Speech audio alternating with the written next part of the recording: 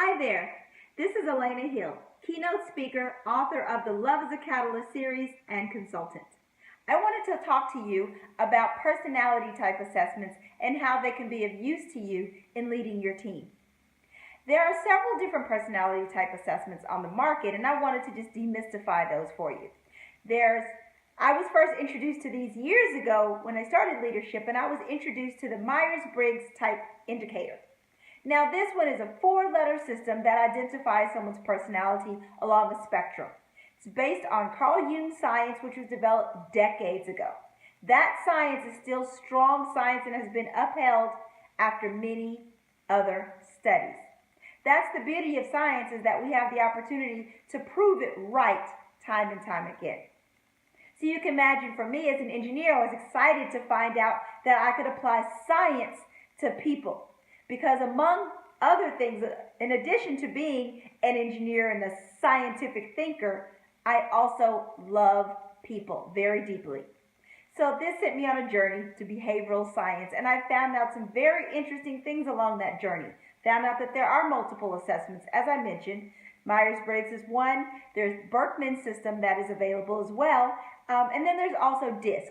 Now, I found DISC to be my personal favorite because it is simple. And let me explain. DISC, which is D-I-S-C, allows a person to understand their primary personality trait and then what the others may be. Now, it is also based on Jung's science, so stands up to the test of time. But one thing I've found in DISC, not only because of the color coding, and it does simplify things for my mind, but it also helps you understand how to communicate. Now, as a leader, there's 3 different reasons why we want to learn about using personality type assessments, and in particular, DISC. One of the reasons is so that you can know yourself. As leaders, we have to know ourselves. We have to know the things that give us energy and the things where we can derive energy. Now, I don't want to call them strengths and weaknesses because we're moving away from those terms. But look at those things that we can do easily and naturally, and those things that will require more energy of us. So that's us knowing ourselves.